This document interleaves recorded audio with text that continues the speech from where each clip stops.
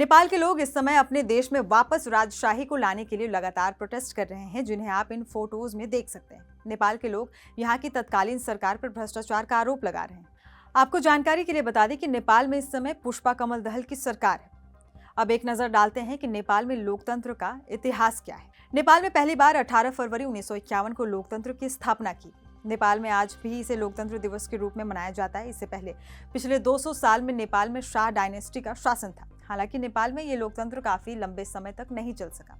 नेपाल के महाराजा श्री त्रिभुवन का निधन हो चुका था, जिन्होंने नेपाल में लोकतंत्र की स्थापना की थी। उसके बाद राजा महेंद्र ने सत्ता संभाल ली।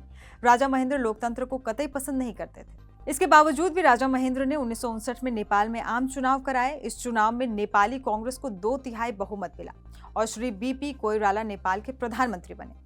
लेकिन 15 दिसंबर 1960 को अचानक राजा महेंद्र ने सरकार को समाप्त कर संसद भंग कर दी और नेपाली कांग्रेस के नेताओं को जेल में डाल दिया और इन पर भ्रष्टाचार का आरोप भी लगा दिया। राजा महेंद्र का मानना था कि जिस व्यक्ति ने कभी शासन नहीं किया हो, वो व्यक्ति अगर सत्ता में आ जाए तो भ्रष्टाचार करता है। इसके साथ ही राजा महेंद्र ने पंचायती राज व्यवस्था प्रारंभ कर दी। 1959 में संविधान को रद्द कर राजा महेंद्र ने 1962 में एक नया संविधान बनाया, जिसमें पंचायती राज प्रणाली की बात कही गई थी। 31 जनवरी 1972 को राजा महेंद्र की मृत्यु हो गई थी और श्री वीरेंद्र वीर विक्रम शाहदेव नए राजा बने।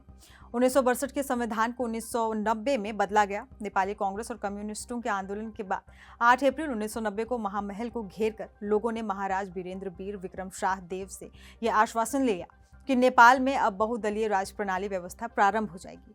इस प्रकार वहां बहुदलीय लोकतांत्रिक व्यवस्था प्रारंभ हो गई। लेकिन इसके बाद करीब एक दशक तक नेपाल को कम्युनिस्ट माओवादी उग्रवाद का सामना करना पड़ा और इसके साथ ही 240 साल से चली आ रही शाह डायनेस्टी का भी अंत हो गया और 2015 में एक नए संविधान को अपनाया गया।